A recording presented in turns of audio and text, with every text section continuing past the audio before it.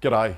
Wouldn't it be great if your average double lock-up garage was just a little bit wider and a little bit deeper? I know the wide-angle lenses on these action cameras make everything look huge, but really it's not.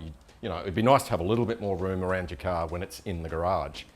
And you know, with the Mustang's low-down driver position and the long hood, it can actually be pretty difficult to gauge where the front of the car really is.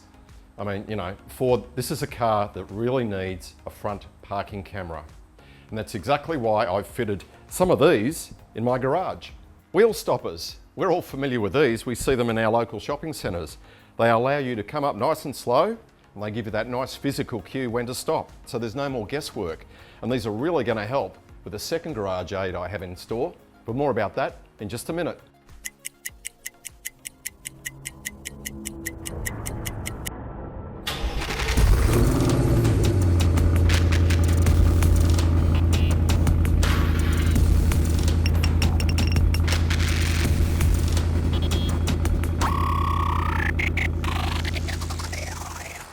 This is not a sponsored video. I buy all these things out of my own money, so this isn't some biased advertorial. Anyway, let's get into it. I originally found these on enforcergroup.com.au, but then discovered Bunnings had similar wheel stops, and they were actually cheaper. These wheel stops are 550 millimeters long, 150 mil wide, and 100 mil high. And forward of the GT's front wheels, you've got 135 millimeters of clearance, so no problem. Made from a heavy-duty rubber material, these will supposedly not rot, crack or rust, and it weighs just over 3.3 kilos. There are two fixing points, but I haven't found any real need to dynabolt them to the slab. They're just sitting here. And the texture marks you can see provide me a spot where to plonk them down, but when I made those texture marks, I actually measured them back from the sliding glass door here, and when I drive the car in, there's probably about this much gap, an inch or so difference between them. So then I measured back from the front of the garage at the roller door where you drive in, and found that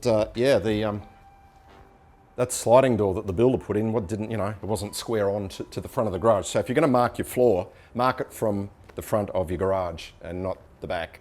You can get longer versions of these wheel stops. Bunnings have one that's, and a lot of places have them that are 1650 millimeters wide, but that falls short of the Mustang's wheel to wheel of about 1850 millimeters. So that would only catch half of each tyre, which might be enough, but with two stops you can decide how much leeway you give yourself without tripping over them. I've been using these for a few weeks now and I think they're fantastic. So when I bring the car up into the garage, it's a 6-speed manual. And as I'm sort of halfway up, I throw the car into neutral and it just rolls up and it gives you that nice physical stop point. They're not expensive and they're really helpful.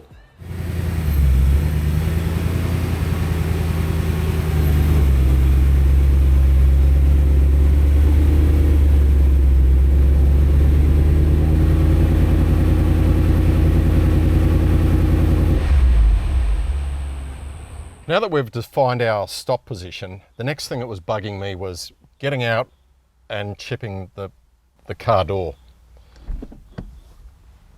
So what I've been using is this grotty old bit of cardboard that's seen better days. From Amazon, I purchased these garage wall protectors. They come in a pack of 4.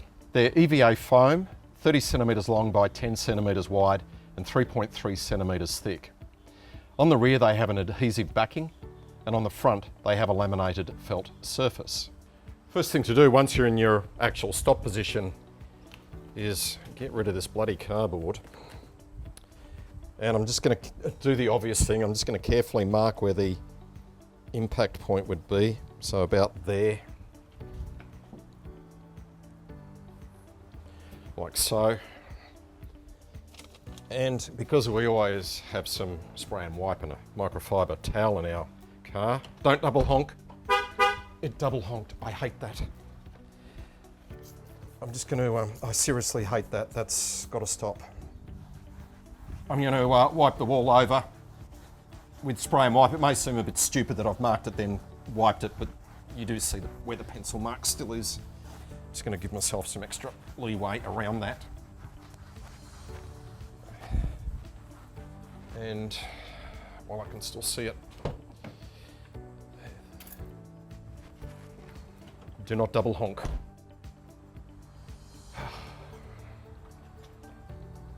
Let's just remark it. All right. So what I'm going to do now is let that dry. Then we'll come back and we'll stick the foam garage wall protector to it. I'm going to put one of these across horizontally, centered around that mark I just put on.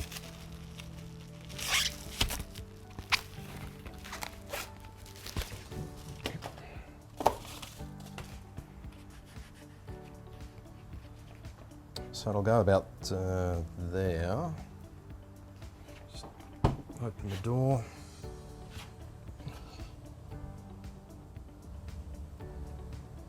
Kind of happy with that there. Just going to put a mark on. Make sure it's level. It's pretty close, so I can see what I'm doing. Pull the backing off. Now time will tell whether. Oh yeah, that's sticky. Time will tell as to how long this will stay there. Look, if you really wanted to be particular about this, you could go spirit level, I guess.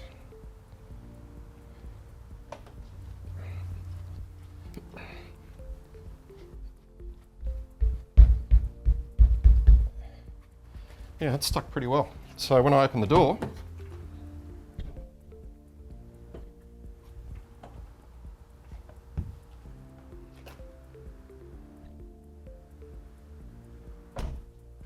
I can breathe a sigh of relief. There's 4 in the pack, so there's plenty to play with. Perhaps you want 2 lengthways like that to give yourself a bit more wiggle room. I can't imagine you'd need 2 stack 2 vertically like that, because the point of the door is it is quite well defined. So there's probably no need for that. You've always, if you park 2 cars in your garage, you've always got 1 or 2 for that over there. On the other side, on my other half of the garage, I've got a lot of crap. So I might actually end up using one of these in my partner's garage, which is pretty tight for space as well. In case you're wondering,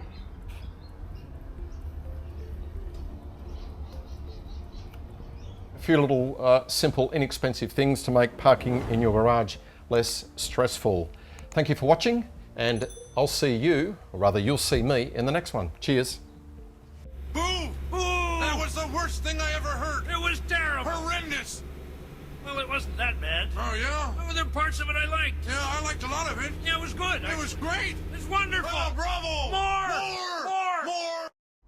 Now can I say it? Yep. Go away! Scram! Get out of here! Get out of here! Skedaddle! Go away! Ham's gray! Oh, come on. All right.